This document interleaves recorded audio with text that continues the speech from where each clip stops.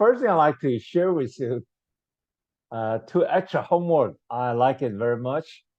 So the first one is from I think the 11th grade high school. So he wanted to be a down. Okay,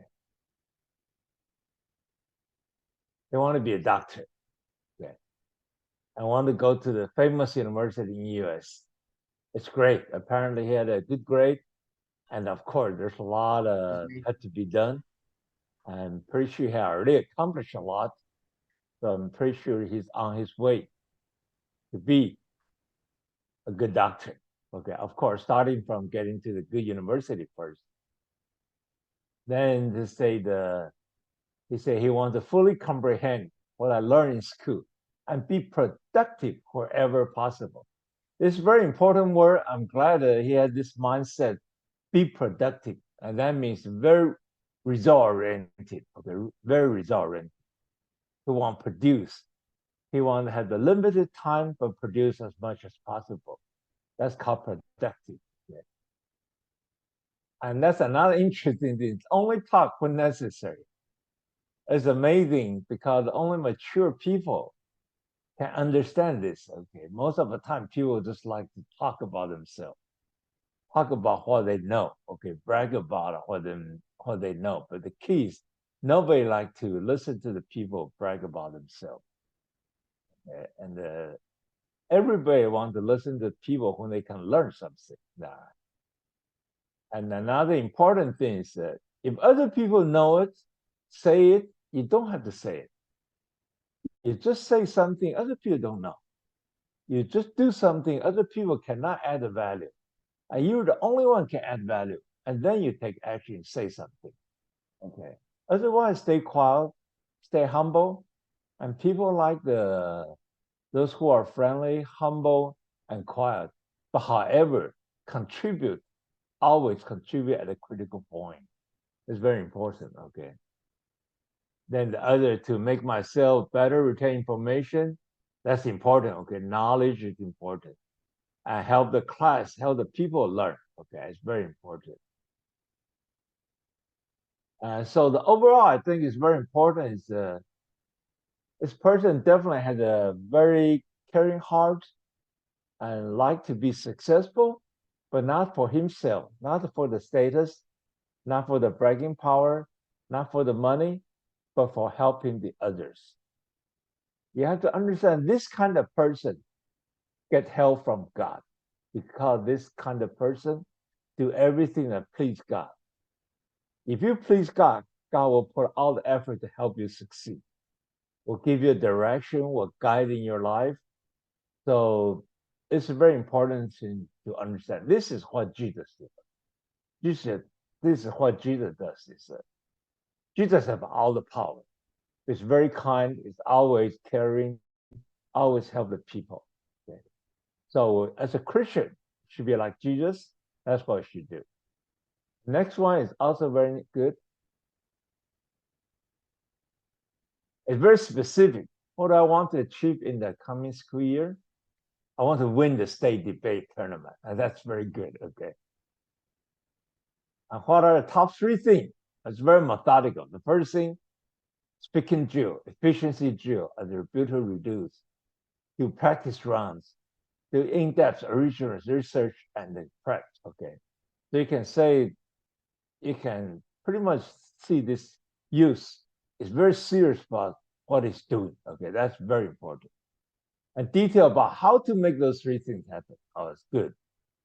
And he or she write a lot of detail. Do a rebuttal, redo after every practice run, the speaking drill, set a practice run schedule, every detail. Okay, this is very good because you need to write down what you know. Okay, but if you cannot write down what you know, and then it doesn't belong to you. Okay, if you write down, organize it, that means you really understand what's going on. Okay, this is what I've been saying many times. How do you prove you really learned something? You can write it down in an organized way. And you can explain to yourself and you can explain to others. That means you really understand this. Like you learn something from math. learn some theory from physics. Okay, what is momentum? What is speed? Okay, what is the velocity? What is the energy? So if you can write it down, explain to yourself, and yourself can understand what your own explanation, then you really learn something. Okay. But if you sort of understand, not really understand, then you cannot explain to anybody, not to mention yourself. Then you didn't really understand. Okay.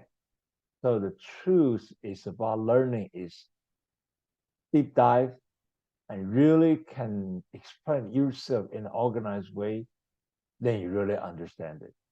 If you study just for the grade, and then you cannot really understand it. If you cannot really understand it, you cannot keep learning new things. Okay. And the knowledge cannot accumulate. And then when you get into college, you'll be in trouble. Okay. So those who really have the good grades really understand it. So when you take the test, because you really understand the whole thing, then you can always have a good grade because everything, any question about the topics, pretty much is the same. As long as you know all the details of the topic, you can answer any question. So we're gonna change to the talking about habit 3 now. Okay, put first thing first. It's a total of 7 habits. What the first thing first means? Things which matter most should never be at the price of things which matter least. So you cannot use a little thing to say, oh, that's why I cannot get the big things done. You cannot do that. Whatever matters the most is the most important thing. And you cannot use the least important thing as a reason or excuse not to get the most important thing done. This is called the put first thing first. And this is why there's a priority. Okay, this is why there's a priority. And this table is really interesting. This chart is really interesting. The first habit is proactive. Second habit, begin with the end in mind, where I talk about you did the homework. And today's habit 3, put first thing first. This is so-called the private victory. This 3 habit is about yourself. It's how to make yourself a better person, a more mature person. The person people can trust you, the people can depend on you, the people can follow you. Okay. Because you are a better person. This is called a private victory. And people grow from dependence, get into the independent. So these 3 habits prove you're an independent person. Your parent doesn't have to nag you all the time. Okay, your parent can trust you. And your parent can sit in there, relax, be your friend, and see you grow by yourself. Whenever you need something, maybe they supply to you, but however, you're on yourself. Firmly, solidly, and very confidently, you're standing on yourself. This is called independent. This private victory. So you can always do something proactively. You can always have the vision in mind. You can always know what's the priority. And this is what's important. Okay. It's a private victory. If you cannot have the private victory, you cannot have a public victory. Public victory means you succeed with the people. You're a leader. Okay, you're a leader. You're a servant leader. You succeed with people. Okay. So this is the other 3 habits. Okay, like think win-win. You always win-win. There's nothing called lose, win, win, lose. No, both sides win. Okay, synergize. You always work together with people, a harmony, and take advantage of each other's strengths and succeed together. And seek first to learn, to listen, and to be listened to. Okay, so this is the same thing. We're going to talk about this. Is talk about how to work together as a team, how to work together with other people, Okay, and then especially as a servant leader, these three habits very important. Okay, we'll talk about that later. So be proactive, be mature. Okay, to be mature. Physically, we're growing mature, and then come down. The immature, mentally, we have to be mature. Immature person always lose a temper, get frustrated, get angry, get impatient, and raise his voice and get emotional. This is called immature. Immature people run into the problem. They don't stay calm to try to solve the problem. They're just trying to get emotional, express his frustration, angry. These are immature. We're not immature people. We want to be mature. So whenever you lose your temper, you lose your control, you're screaming, you slam the door, it just remind yourself, oh, I'm immature. I just show all the sign of being immature. Mature people that run into the problem, just stay calm.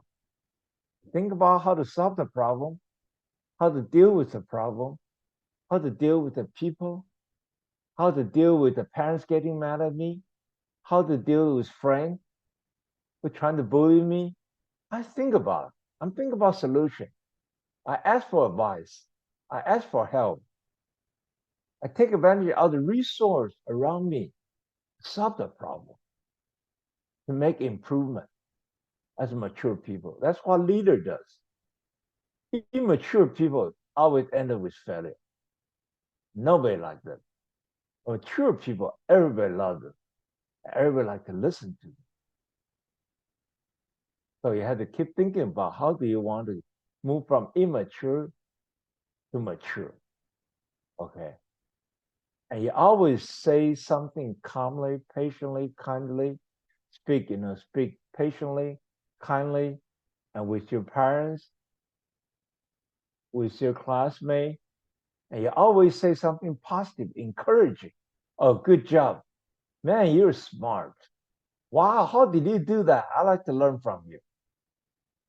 You think, oh, wait a minute, I'm a leader. I'm not supposed to learn from other people. You're wrong. The leader is a servant leader. You're humble. You like to help people succeed. You always compliment people.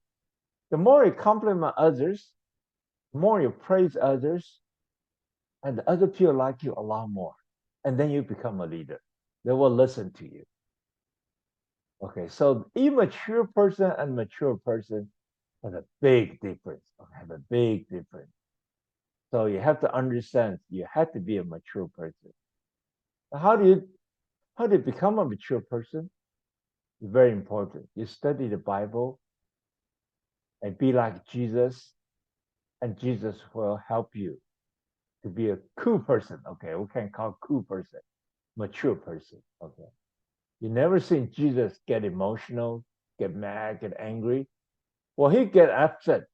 He was trying to take care of the business. If somebody do something against God's will, yes, he would do that. But he didn't lose himself, lose control of himself, losing calm, and just start getting angry, get emotional, get mad. No, Jesus don't do that. Why? Because God is helping him. So as long as you trust in Jesus, you want to be like Jesus, and God will help you. The Holy Spirit inside of you will help you to grow up, to be mature. Okay, then you have the private victory because you know what you want to do to be successful. So you all want to be a mature person. I think in American world, people like to say, cool. Wow, this guy's cool. You never get upset. Look like he's always confident. He's always calm. And never get frustrated. He always trying to work with people, solve the problem together. He always pat the people on the back, say, hey, good job, good job. He always encourage people. Hey, don't get upset. Don't worry, we're gonna win. He always like that. That's a servant leader. Okay, that's a cool person. That's a mature person. You remember the story about Jesus? when this woman commit adultery, get caught, and at that time it's a big deal, that right? So all the crowd get crazy and get emotional, get angry. They want to use the stone this lady to death. But guess what? During all this rowdy crowd, a lot of noise, and Jesus walking, very cool, very calm. Just look around the people and bend down and write something on the dirt. We don't know what Jesus write. Okay, but everybody quiet, and Jesus tries to make sure he control the whole people's atmosphere there. Then he's trying to figure out the solution. Then he just said, okay, if any of you never made mistake, never commit sin, go ahead, throw the first stone. And he solved the problem right there. Everybody just stay quiet and went away. And he told that woman, say, okay, nobody convict you, nobody convict you, okay. And then you should sleep now, but don't commit sin anymore. And that's so cool. Can you imagine? Hundreds of people screaming like crazy. And with Jesus' maturity coming in and control the whole thing. And that is called cool. That's a pure definition of cool. So we want to be a cool person. We want to be a mature person. So whenever you have argument with your friend, your sibling, your family, to make sure you're going to be a servant leader in the future. And you need to practice how to be cool, how to be a cool person. Hey, don't worry, I'm in control. I'm going to take care of all your problems. Okay. So proactive, okay. See, the passive people is, I wish someone would clean this up. But proactive say, I'll clean this up. And begin with the end in mind. I want to win. I have a trophy. I have a destination. I have my goal. Always result oriented, goal oriented. The people begin with the end in mind. This habit is, I never do something without purpose, just wandering around. No, I'm always result oriented. I have a near-term goal, mid-term goal, and long-term goal. Okay, so they don't go straight. They don't just wander around and sidetrack it, go astray. They just get on the highway, one sign after another, one milestone after another. Eventually, you get there. That's important. Then first thing come first. I think you all probably did this kind of experiment there. You have all different kind of sides of the rock. You want to fill in the bottom. So you don't just fill the smaller one first. You have to think about how to approach it and what should be done first, then the second, then the last. So you always put the big stone first and the smaller side later, then smaller later, and then you can fill with sand. Okay, you can fill all with sand. And this is what's important because sand can fill up all the little gaps. So first come first.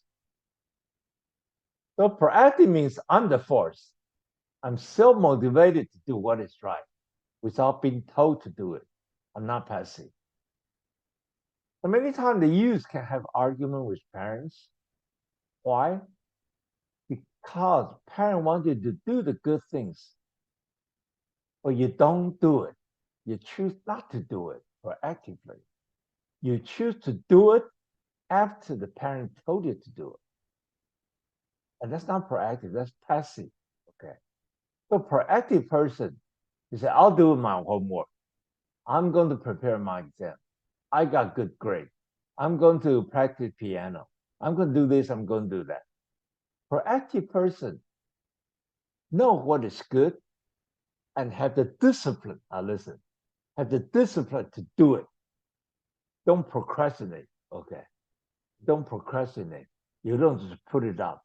I don't say, I know it's important, but I just don't want to do it. It's hard to be a servant leader if you have this kind of habit, Dara. Can you imagine? You're leader of the whole group, and the whole group know this is important. Don't worry about it. Let's just procrastinate a little bit.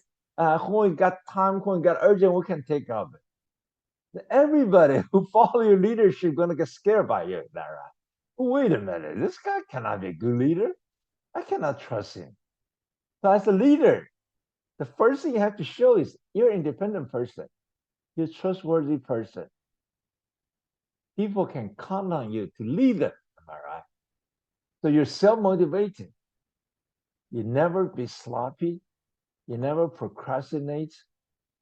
You never just shy away from the responsibility. You never just delay whatever needs to be done, okay, as quick as possible. So proactive. I'm the force. I'm self-motivated to do what is right without being told to do it. I'm not passive. So in the future, when you join a company, do a job, the manager love the most is those employees. You don't have to tell them what to do. They just get done. And then they tell the boss, hey, boss, I've done this, I've done that. Boss said, whoa, that's awesome. How do you know I want you to do it? He said, hey, this is good for the business. I know that's what you want to do. And then pretty quick, you get promoted because nobody need to supervise you. Nobody need to tell you what to do. And then you can be very successful in your career future. So proactive is very important. If you want to be successful, be proactive. If you want to be a loser, don't worry. Just a lot of people force you to do this, force you to do that, and sooner or later you end up with a loser. Okay. So be proactive is very important. Self-motivated is very important. Independent is very important. Okay. And to begin with the end in mind, I know where I'm going to. My destination will describe.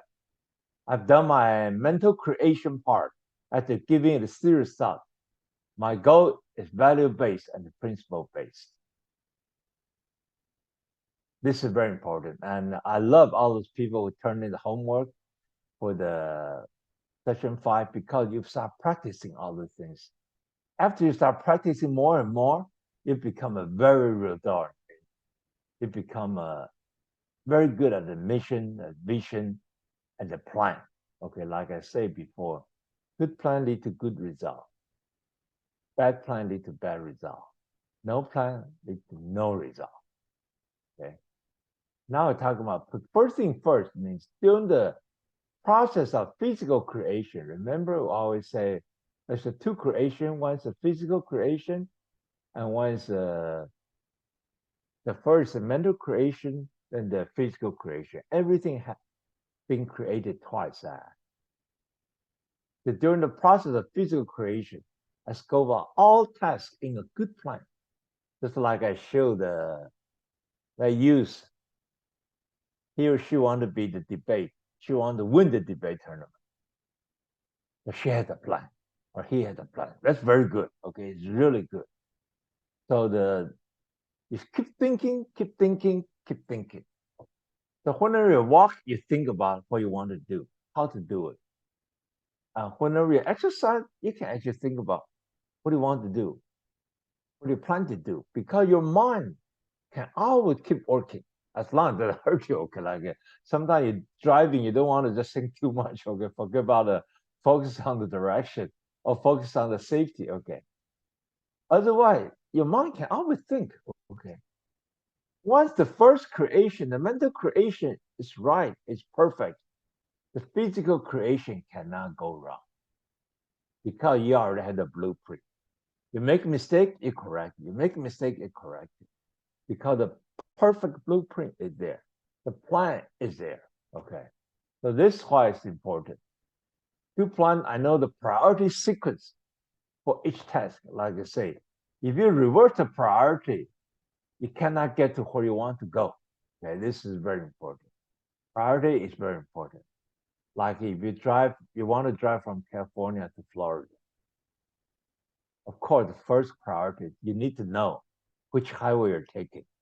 You cannot say, okay, let's go, without knowing which highway to take.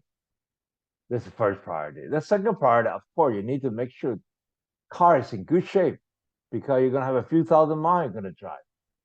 And third priority, you better start with a full tank fuel. That right? You don't want to just drive in the middle, you don't have fuel. So all this is a priority. But if you keep thinking about it, you have a very, very good habit, plan everything in a very organized and methodical way.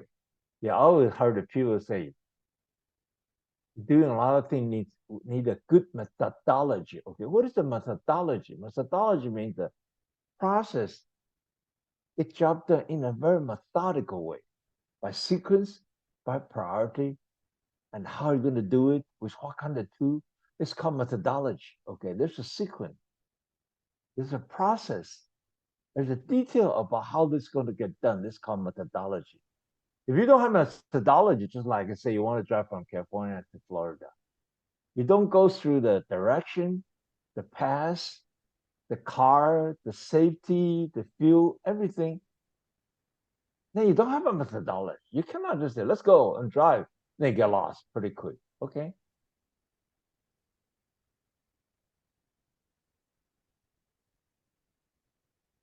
So you all happen quite often Easy. for the use. Okay. It's I missed the deadline for physics homework because what? Oh, I played too much video game. I spent too much time on chatting on Facebook. Well, I was preparing tests for next week. Well, I have English homework to take care of too. I was helping my parents to do the chores. I had a soccer game yesterday.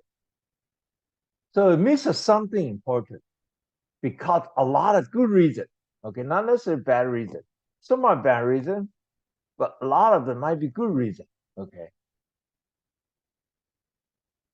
So this is where the important thing comes. We shall never use tasks of low priority as excuse not to get the task of high priority done. It is okay the other way around, sometimes too much. But however, you just don't want to fill the bottle with the sand first. And on top of the sand, the room space is already very limited. Then you want to put a big rock in there. It wastes a lot of space between the rock. That right. So you shall never use tasks of low priority as an excuse not to get the task of a high priority done. It is okay the other way around. Okay. Hey, is teacher Sheena there now? Teacher Sheena?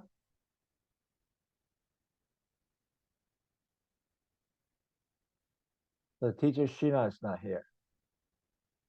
Okay, then let's move on. Big red sentence. But I have so many priorities, things to learn and do.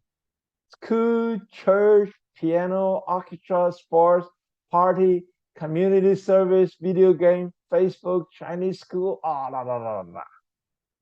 So if I ask you to raise your hand if you agree with my statement, I would say probably all of you will raise hand. Okay. You don't even have to do that now. I have so much to do. What should I do? That drives me nuts. Okay. It drives me crazy. That's when the conflict and the friction come between you and your parents. Okay. So this is what I want to show you how to take care of all this business as a cool person. Okay. And how do you equip yourself become a servant leader in the future? Through the rest of your life, you always have thousands of things to do. You will always, okay. But then it's important. How do you become a successful servant leader in the future? Even you're the same, like all other people have thousand things to do. The one who succeeds, they know how to organize. And they have a mature personality to stay calm. The one who loses is get panic, get impatient, get emotional, and forget about just focus on get the job done. Okay? Just focus on get the job done. Okay? So let me show you the trick here. Again, remember, The most important thing, always remember what the definition of a successful life. Fully develop and utilize talent. You make sure you're always trying to develop your talent, utilize your talent, and utilize the resource God's given to you. You know, the teacher will have a tutor program. Parent can help you. A smart student from you around you can help you. You can always add them, and they always like to help you. Okay, good smart people always like to help the others. Okay, that's applied to you. They're not selfish, especially in American culture. We encourage caring, love, and help the others. We don't build our own success. We don't build our own success stepping on the other people's failure. No, we don't do that. We win-win. We help everybody succeed together. There's no room for selfish people as a servant leader. There's no room. Selfish people should always lose. And we should work together to make sure that all the selfish people lose. Okay, fail. And that's our job. Okay, we don't want selfish people to succeed.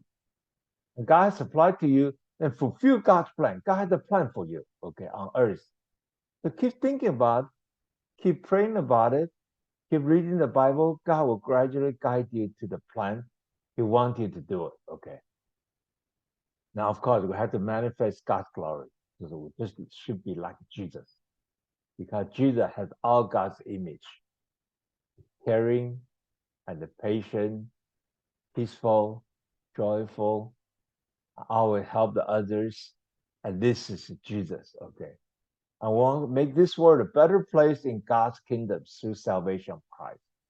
So we want to preach the gospel, help people get close to God, so God can help them to succeed on earth. So understand this, okay? Memorize this, because everything you do every day in your life should always align to this final definition of success. And make sure you say, oh, I'm doing this part of it. I'm doing that part of it. Of course, you'll never be there 100%. Every day you go through it, you get better and more, better and more, better and more. Just like you're driving from California to Florida. Every hour passed by, you get closer and closer. Because you know where you're going to, you're methodically approaching the final goal, and you don't get impatient. And you don't go drive fast and have an accident, or you don't go straight, get into the country road. Okay, always follow the sign, one step and the other. Okay? Praise the Lord. God gave us a lot of time.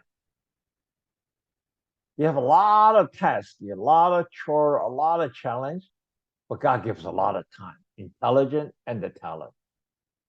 So God doesn't give you challenge without giving you all the power and all the capability to take on the challenge. Am I right? But God created us. God knows what's going on around us. God knows everything. Trust me, God knows everything. Okay. And God is with us. God gives us all the capability. We really have 84 hours a week under our control. So how to use it in a very efficient way is extremely critical to a successful life. The less you waste, the more you accomplish. The better you can manage time, the more you can accomplish in your life. I count it 84 hours. Okay. Some people work hard and they probably have 90 or 100 hours a day. Okay. They sleep less. Some people sleep less and are very disciplined in their timing control. But in average, we have 84 hours a week. That's a lot of hours. Okay. If you take 60 minutes, okay, that's like 5,000 minutes or something like that. That's a lot of time. If you take time, you manage time efficiently, you shouldn't be worried about this at all. You can handle it very well. Handle it very well. So this is why this habit is so important. First thing comes first. So what's the key to efficiency? We all have the same amount of time. But we want to do more. That means what? That means efficiency. That efficiency. You can spend the less time to accomplish more. That's called efficiency. You spend more time to accomplish the same amount of tasks as that's not efficient. It's called inefficient. Inefficient. Okay. The last habit we talk about is begin with the end in mind. That means you have the right goal. That's effective. Okay. That's effective. Pick up the right goal is effective. But get job done faster, that's efficient. Okay, that's efficient. Two different things. So we already told you the habit.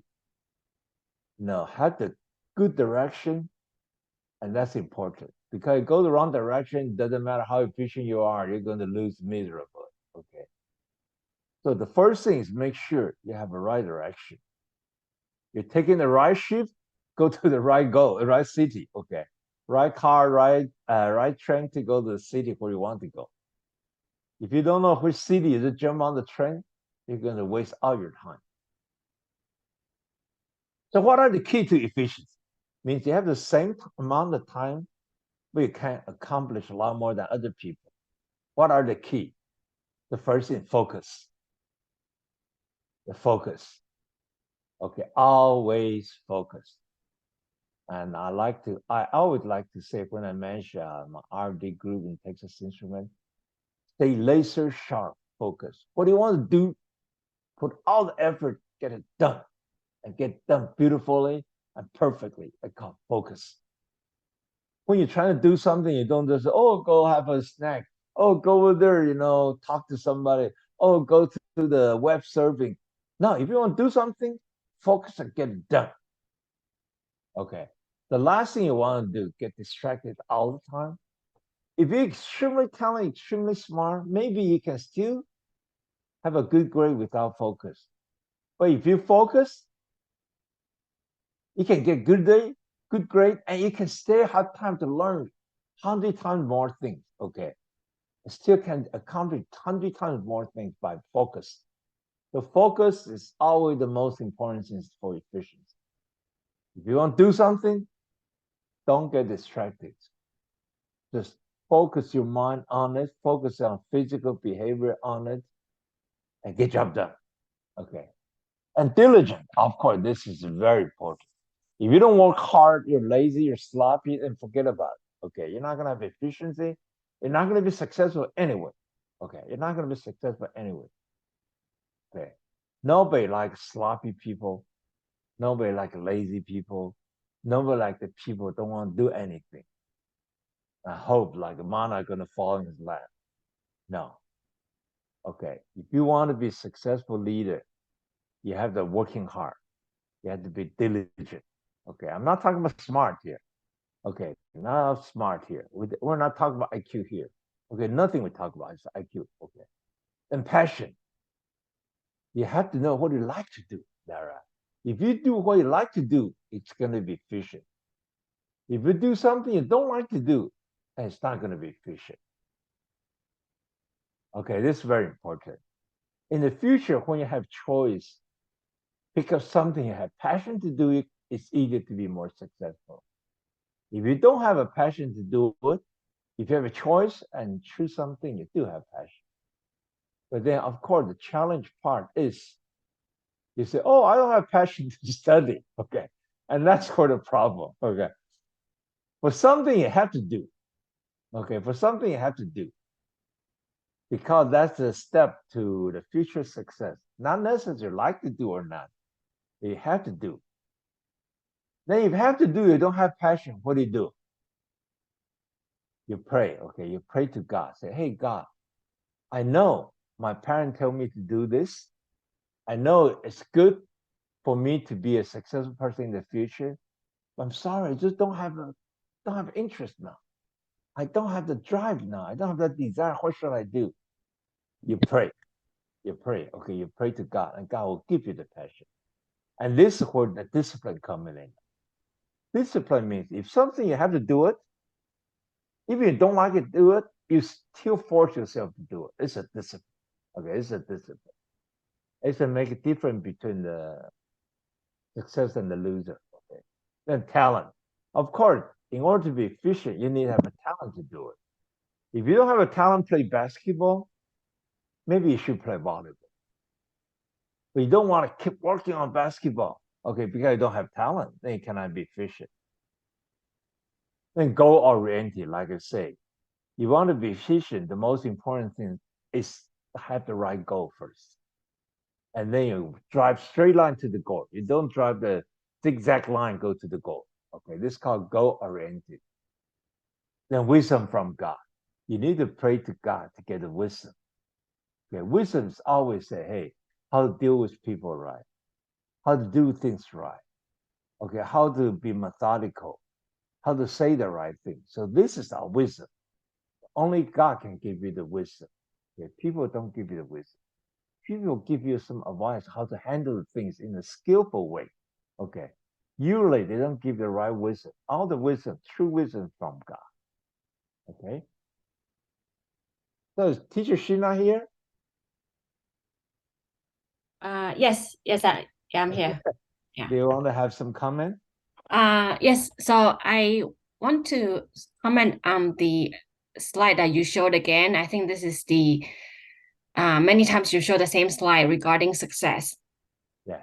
So that's very important. And I just want to emphasize to the students, the reason why this is very important is because this ties to our goal, where we're going, the direction that we are heading towards too. So you really need to spend the time to think about the direction that you are going, and then utilize the 6 keys to efficiency that teacher Ming just mentioned. And if you were to put the 6 keys to efficiency in 3 different categories, just to make it easier to remember, the first one is where you are going, and where you are going is the goal oriented. So that's why I tied it back to the success definition. Where you are going is depending on how you define success. So spend the time to define success for yourself, and then you'll be able to identify where you are going, the goal that you'll be focusing on. And the second category of this 6 keys is passion, and that ties to why. Why is it that you are doing certain things? Passion is very important, because if you don't have passion towards something, if you are not passionate about what you're doing, then it's not sustainable. You may be able to do it because your parents told you to, or because your teacher tells you to do it. You need to find a passion from within, and so then you'll be able to keep doing and keep on that journey. The example that Ming just mentioned, if you are going to drive from Texas to California, if you don't have the passions to sustain it, once you get to Arizona, when it gets too hot, you may not be able to keep going. So passion is very important, because that is the internal drive to keep you going. And then the other remaining keys, I would put them in the how category, the talents, understanding what talents you have, and have the diligence to focus and to have a discipline in the work that you're doing. And then wisdom from God. A lot of times we may reach out to our friends, our parents for guidance, but also bear in mind that we get a lot of wisdom directly from the Bible and from God. So I would encourage everybody to spend the time, dive into the word from God.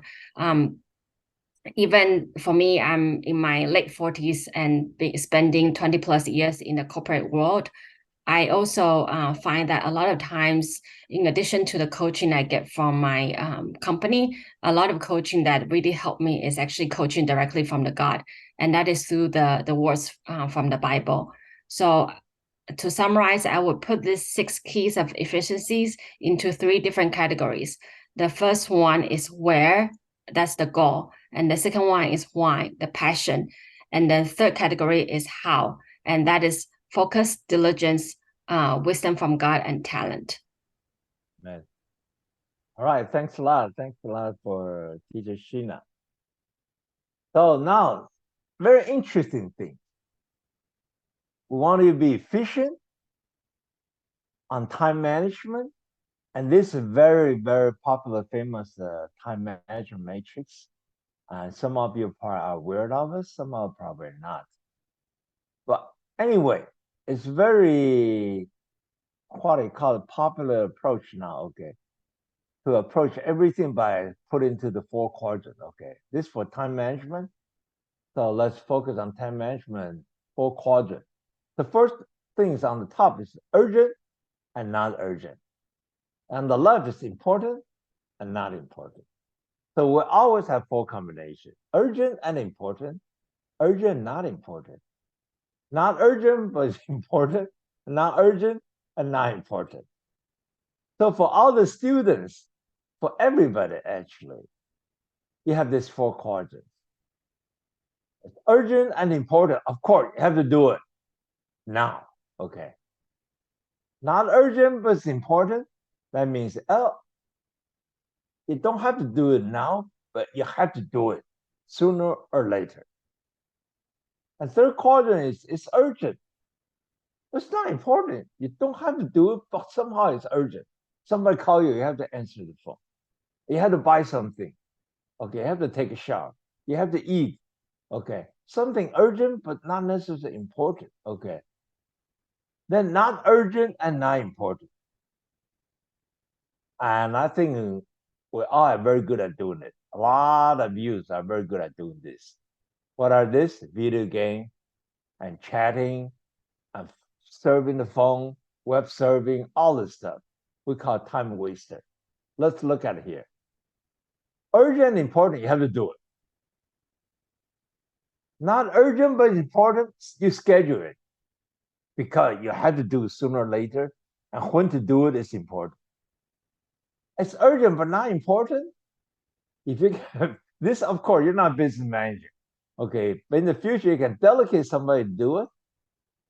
Or even today, if you can have somebody else to do it for you, like your parent, your sibling to do it for you, because you have a more important thing to do, and maybe your parent willing to do it for you. Maybe your sibling willing to do it for you.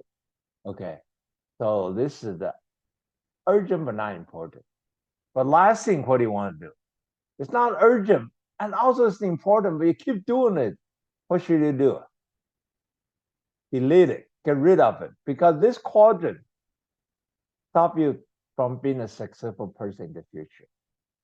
Because deleted means you're wasting your time if you don't delete it.